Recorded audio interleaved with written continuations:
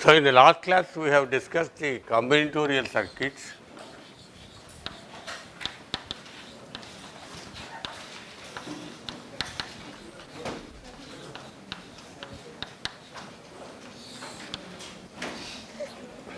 How to synthesize the combinatorial circuit for a given Boolean function. And we also said the combinatorial circuit is zero memory equivalent in the analog domain. There is one other important device which is a very useful device, extensively used, and this is known as the multiplexer.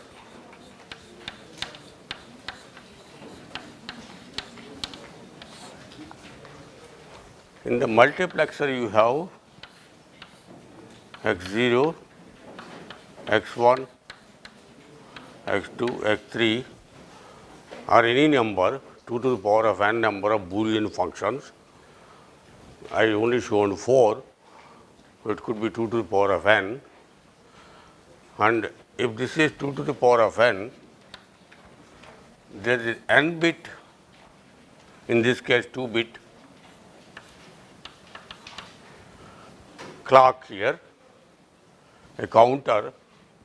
With respect to clock, this 2 bit will go on changing its state from 0 0 to 0 1 to 1 0 to 1 1. Similarly, with the n bit, it will go on changing with respect to clock. And if we call this as A and B, what this multiplexer does is, when this is 0 0, this x0 will be connected to the output C. When this is next level 0 1, the next one will be connected to C, and so on and so forth. When it is 1 1, x3 will be connected to C. This is a way of choosing one out of the 2 to the power of n number of inputs by appropriately applying some gating signals here, or some signals, switching signals, which will connect one out of these to the output. It is a very useful device, because many times we like to choose, like a switch for example. You sit down on a switch and go on changing the switch. This is electronically does the changing of the switch and changes from one position to another position in a sequential manner as this is changing. It is not necessary that has to be changing. You put 1 and 1, this will be connected, and if you want this to be connected, put 0 or 0, right? So it is not necessary it has to go on changing, but most of the time we would like to choose, like for example in sampling. In sampling, what will you do? You want to sample the values of n number of signals at different times. So that is a multiplexer. This multiplexer can also be used as a combinatorial circuit.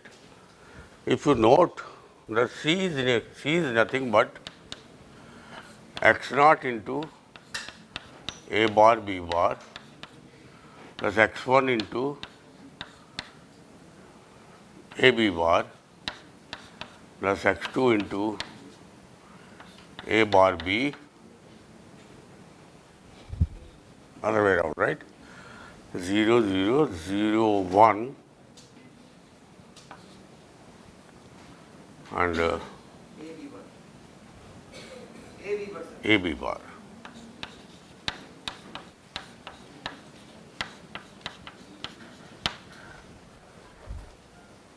Right? So this is the governing equation for the C in terms of the inputs x0, x1, x2, x3 and the switching signals A and B. This is actually looking like a Boolean function, and we have 3 variables. So now we can substitute any general Boolean function by choosing the appropriate values of A, B, C and get a Boolean function out of it.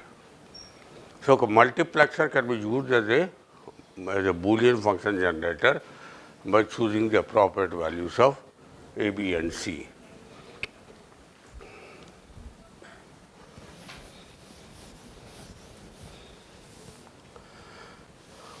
Okay. The other kind of circuit is the sequential.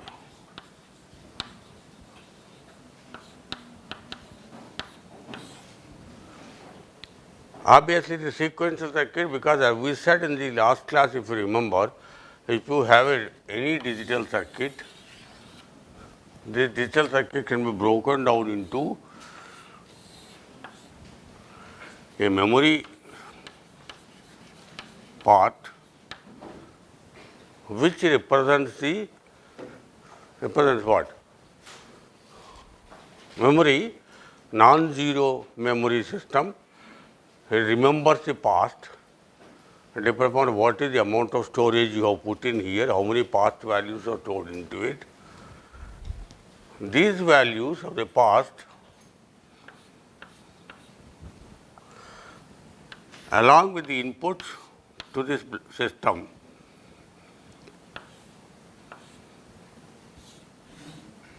will go to a combinatorial circuit,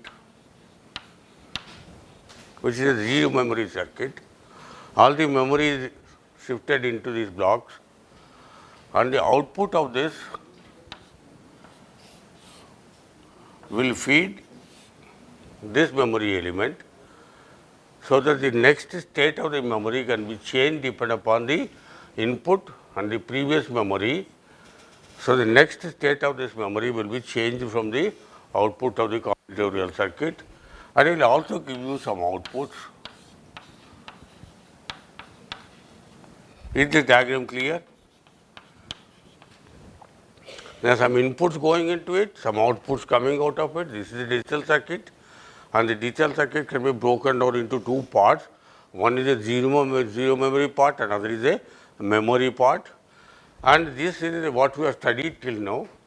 Given the input, given the some variables here which are the previous states of the memory, this together will give you an output which is zero memory output, and that drives the memory to change its state to next state, or whatever the new memory that has to go into it. So, this is a very general structural representation of any digital circuit, and we also saw parallelism to this with respect to our analog circuits, where we said analog circuit also can be represented as equal to x dot is equal to ax plus bu and y is equal to cx plus du, right? The dynamics is in this, the memory is in this, whereas this is simply a algebraic summations where there is no memory into it. Same idea here, this part is equivalent to this part, and this part is equivalent to this part. And the next state, which is given by x dot here, in our case will be x n plus 1. What is the state in the of each one of the memory elements at the next instant of time, that is n plus 1, given the n, that is the previous memory, and some inputs. So, this is what represents this, and this in combination with the combinatorial will give you the total system behavior. Okay? Good.